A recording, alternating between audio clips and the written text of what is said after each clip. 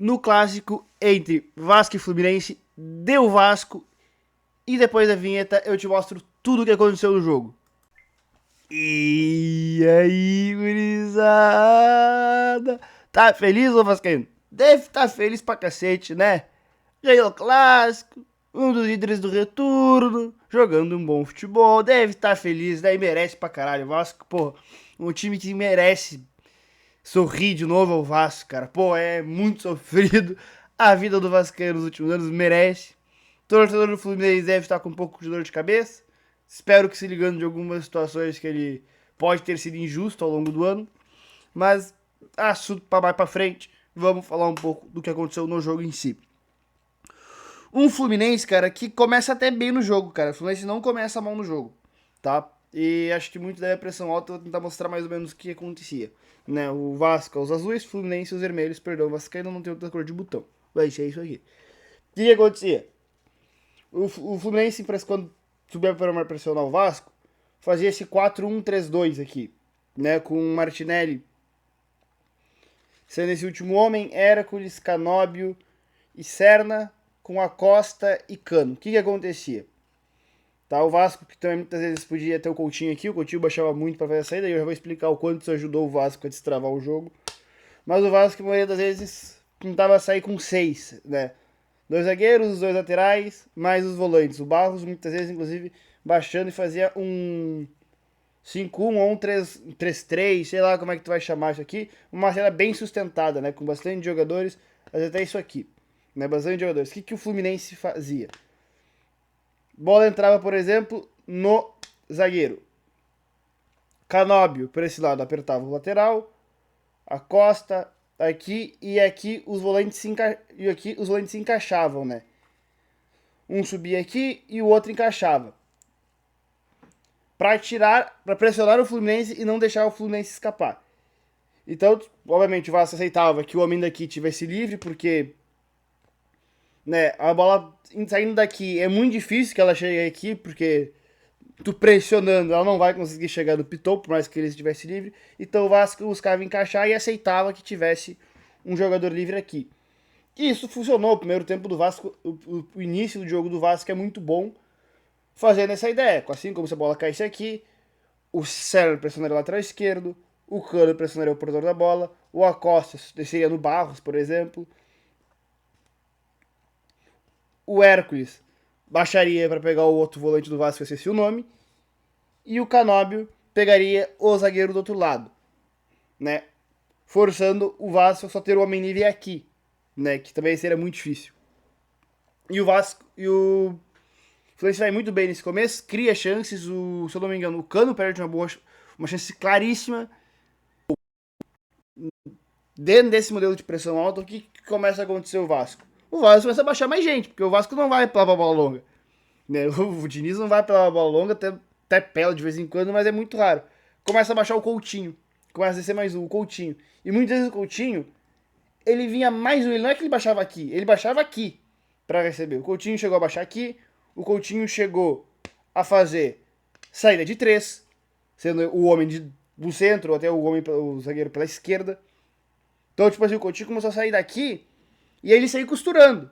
Saía, tabelava, voltava a receber. E o Coutinho começou a ele construir o jogo. O Fluminense não teve perna, acredito eu, para manter essa pressão alta, que conseguiu fazer durante 10, 12, 15 minutos. O Fluminense não teve perna. Por mais que tentava, não conseguia ter a mesma eficiência em pressão. O Vasco conseguia sair, o Fluminense, por mais que tentasse apertar, não conseguia, e o Vasco conseguia ter campo. Muito também porque o Fluminense chamava o Vasco para ter campo. Porque quando tu sai com 6 caras, tu tá fazendo uma cena com 6 jogadores, como era o caso do Vasco, às vezes até 7 quando o Coutinho baixava, tu atrai o time adversário. O time adversário vai ver, pô, tem tanto cara lá, vou subir a minha marcação pra tentar pressionar. Aí subia o Vasco, subia todo mundo, obviamente, né? Não vai subir só essa linha, porque senão fica um buraco, vai subir todo mundo, girava as costas. E aí o Vasco, pra atacar as costas, sem Ryan, tinha Coutinho, o próprio Coutinho, tinha Nuno Moreira, tu tinha Paulo Henrique por aqui. Então o Vasco ele tinha muito jogador para atacar essas costas do Fluminense. E umas costas do Fluminense que não é muito rápido, porque a gente tá falando de uma linha defensiva com Samuel, Thiago, Freitas e René. Não é uma linha defensiva rápida que tu vai conseguir ter recuperação, por mais que o Thiago seja um monstro. Ainda que com 40 anos, nesse tipo de bola, sozinho não tem como. Então o Vasco tinha situações para explorar esse espaço quando ele atraía o Fluminense. E isso deu certo. Numa dessas bolas, o Ryan aqui, sim, um fenômeno esse tal de Ryan, 19 anos, um fenômeno. Assim, eu até achava que faltou no primeiro tempo muito dinâmica pra que se explorasse, ele conseguisse explorar mais as costas dos zagueiros do Fluminense, que parece que ele jogasse de costas. O objetivo dele sair de costas ali não era especificamente de fazer pivôs. Não se exigia disso, que ele jogasse de costas, segurasse o zagueiro. Não era esse, ele não é overhead. A dinâmica para ele teria que ser diferente. Eu acho que faltou essas dinâmicas pro Vasco, tanto que até o gol a partida dele é inteiramente apagada. A partir do gol, ele começa a se mover, começa a se descolar da última linha e começa a fazer um bom jogo, inclusive um dos destaques do jogo. Daí, o Fluminense, de novo, tem que subir mais a pressão e vai começar a facilitar o jogo do Vasco. Assim. O Fluminense tem muita dificuldade de criação hoje. O Fluminense hoje no todo criou muito pouco. Tem uma saída de bola que eu até achei interessante, né? Que o Fluminense ele fazia com bola um 3-4-3, podemos dizer assim, que depois os laterais poderiam subir, que é com o Martinelli fazendo a saída de 3. O Martinelli às vezes baixava e fazia, e o Fluminense virava isso aqui. Num bloco médio, um bloco baixo, o Fluminense virava isso aqui, virava um 3-4-3 com os dois laterais mais baixos, ou, quando o Martinelli não baixava para fazer a saída de 3, o Fluminense era um 4 mais 1 e caiu a bolotinha ali, mas o Martinelli fazia um 4 mais 1 aqui na saída de bola. E é interessante a ideia, porque o Martinelli é um cara que desde o Diniz, que tem uma saída qualificada, mas mesmo assim o Fluminense tinha muita dificuldade de criar. E aí veio uma crítica que eu já fiz, e eu vou refazê-la aqui, eu fiz na época do Mundial, que é em relação ao Cano. Assim, o Cano é bom jogador, bom jogador, artilheiraço, assim, matador pra caceta. Só que assim, o Cano, se a bola não vai chegar redonda no Cano, ele te agrega muito pouco no jogo, assim. Ele não é o cara que melhor pressiona, ele não é o cara que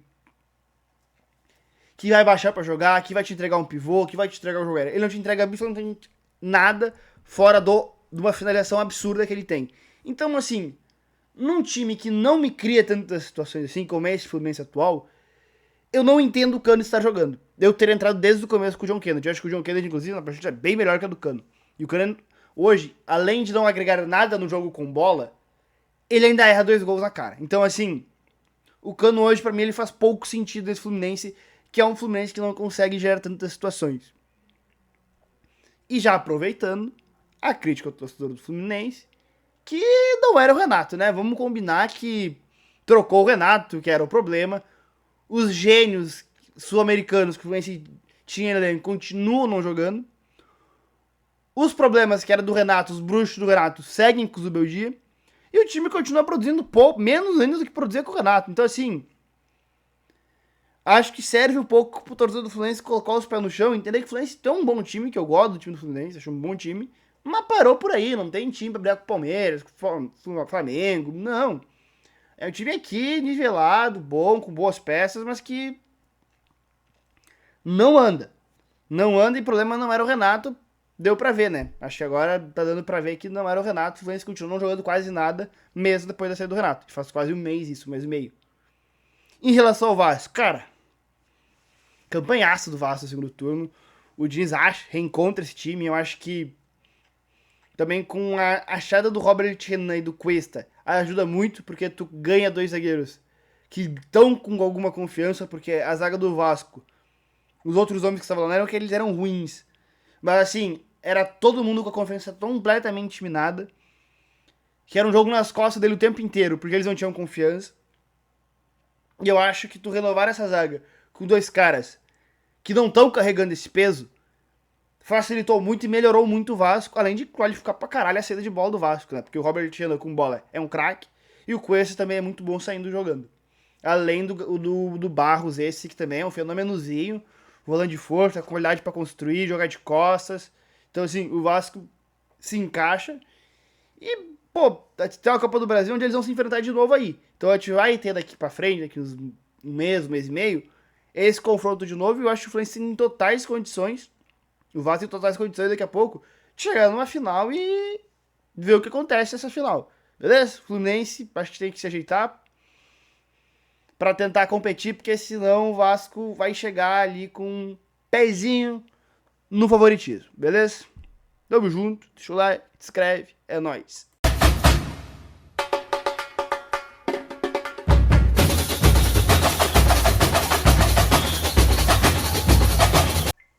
E aí, gurizada?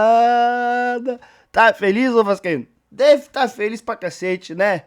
Ganhou o clássico, um dos líderes do retorno, jogando um bom futebol, deve estar feliz, né? E merece pra caralho. O Vasco, pô, um time que merece sorrir de novo ao Vasco, cara. Pô, é muito sofrido. A vida do Vascaíno nos últimos anos merece. O torcedor do Fluminense deve estar com um pouco de dor de cabeça. Espero que se ligando de algumas situações que ele pode ter sido injusto ao longo do ano. Mas, assunto para mais para frente. Vamos falar um pouco do que aconteceu no jogo em si.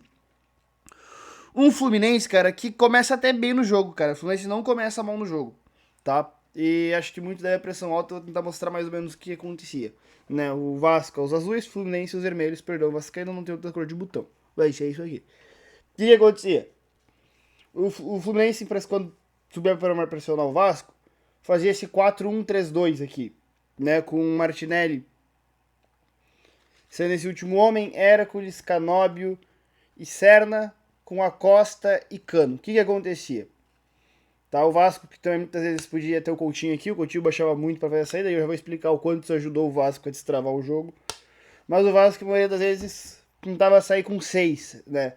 2 zagueiros, os 2 laterais, mais os volantes. O Barros, muitas vezes, inclusive, baixando e fazia um 5-1 ou um 3-3, sei lá como é que tu vai chamar isso aqui. Uma cena bem sustentada, né? Com bastante jogadores, mas até isso aqui. Né? Bastante jogadores. O que o Fluminense fazia? Bola entrava, por exemplo, no zagueiro. Canóbio, por esse lado, apertava o lateral. Acosta, aqui e aqui os volantes se encaixavam, né? Um subia aqui e o outro encaixava. Para pressionar o Fluminense e não deixar o Fluminense escapar.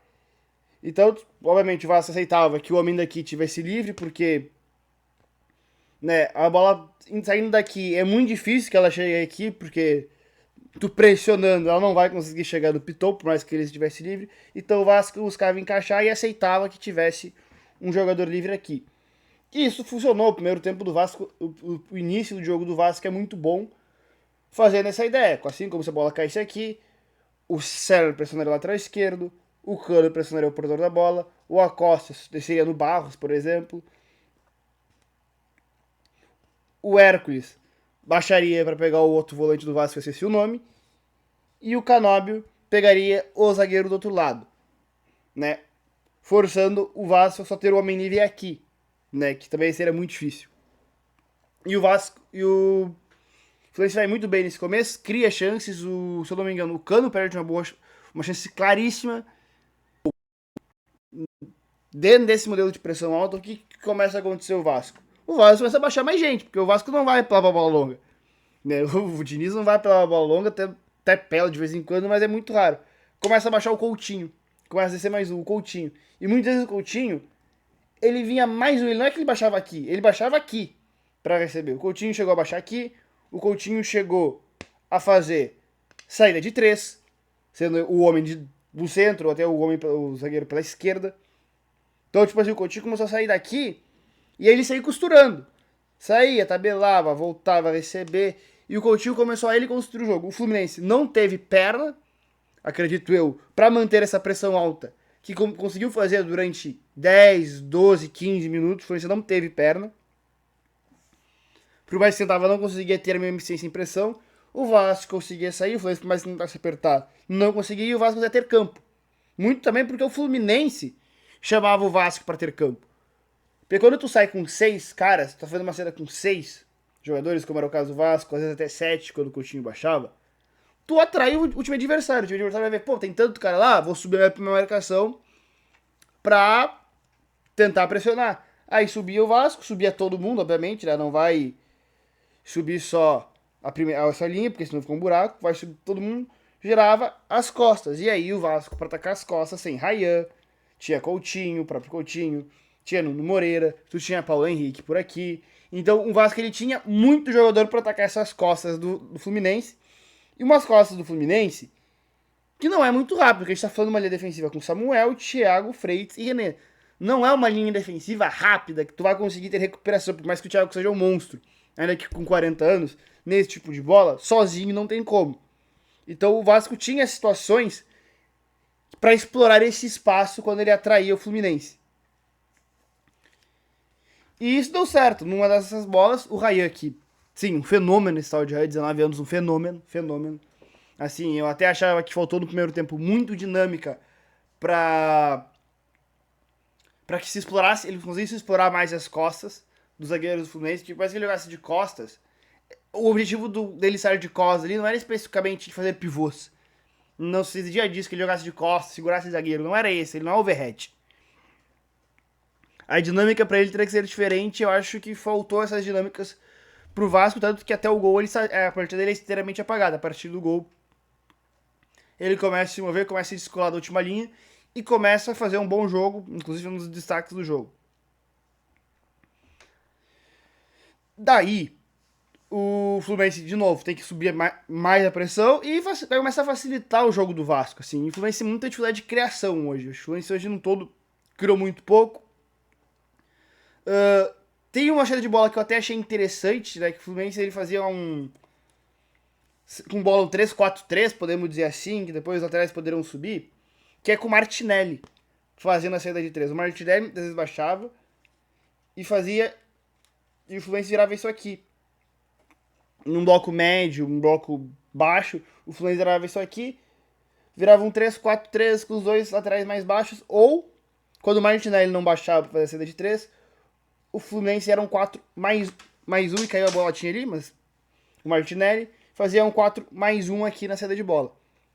E é interessante a ideia, porque o Martinelli é um cara que desde o Diniz, que tem uma saída qualificada, mas mesmo assim o Fluminense tinha muita dificuldade de criar. E aí veio uma crítica que eu já fiz, e eu vou refazê-la aqui, eu fiz na época do Mundial, que é em relação ao Cano. Assim, o Cano é bom jogador, bom jogador, artilheiraço, assim, matador pra caceta. Só que assim, o Cano, se a bola não vai chegar redonda no Cano, ele te agrega muito pouco no jogo, assim. Ele não é o cara que melhor pressiona, ele não é o cara que vai baixar para jogar, que vai te entregar um pivô, que vai te entregar um jogo aéreo. Ele não te entrega absolutamente nada fora de uma finalização absurda que ele tem. Então, assim, num time que não me cria tantas situações assim, como é esse Fluminense atual, eu não entendo o Cano estar jogando. Eu teria entrado desde o começo com o John Kennedy. Eu acho que o John Kennedy, inclusive, na partida é bem melhor que a do Cano. E o Cano, hoje, além de não agregar nada no jogo com bola, ele ainda erra 2 gols na cara. Então, assim, o Cano hoje, pra mim, ele faz pouco sentido nesse Fluminense, que é um Fluminense que não consegue gerar tantas situações. E já aproveitando, a crítica ao torcedor do Fluminense, que não era o Renato, né? Vamos combinar que trocou o Renato, que era o problema. Os gênios sul-americanos que o Fluminense tinha continuam não jogando. Os problemas que era do Renato, os bruxos do Renato, seguem com o Zubeldia.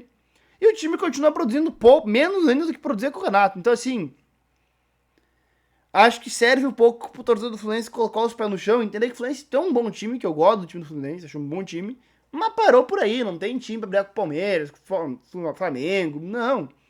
É um time aqui, nivelado, bom, com boas peças, mas que não anda. Não anda e o problema não era o Renato, deu pra ver, né? Acho que agora tá dando pra ver que não era o Renato, o Fluminense continua não jogando quase nada, mesmo depois da saída do Renato, que faz quase um mês isso, um mês e meio. Em relação ao Vasco, cara, campanhaço do Vasco no segundo turno. O Diniz reencontra esse time. Eu acho que também com a achada do Robert Renan e do Cuesta ajuda muito, porque tu ganha 2 zagueiros que estão com alguma confiança, porque a zaga do Vasco, os outros homens que estavam lá não eram que eles eram ruins, mas assim, era todo mundo com a confiança completamente minada, que era um jogo nas costas dele o tempo inteiro, porque eles não tinham confiança. E eu acho que tu renovar essa zaga com 2 caras que não estão carregando esse peso, facilitou muito e melhorou muito o Vasco, além de qualificar pra caralho a saída de bola do Vasco, né? Porque o Robert Renan com bola é um craque, e o Cuesta também é muito bom saindo jogando. além do Barros, esse que também é um fenômenozinho, volante de força, com qualidade para construir, jogar de costas. Então, assim, o Vasco se encaixa e, pô, tem uma Copa do Brasil onde eles vão se enfrentar de novo aí. Então a gente vai ter daqui pra frente, daqui uns um mês e meio, esse confronto de novo. E eu acho que o Fluminense tem totais condições, o Vasco tem totais condições daqui a pouco, de chegar numa final e ver o que acontece nessa final. Beleza? Fluminense, acho que tem que se ajeitar para tentar competir, porque senão o Vasco vai chegar ali com um pezinho no favoritismo, beleza? Tamo junto, deixa o like, se inscreve, é nóis.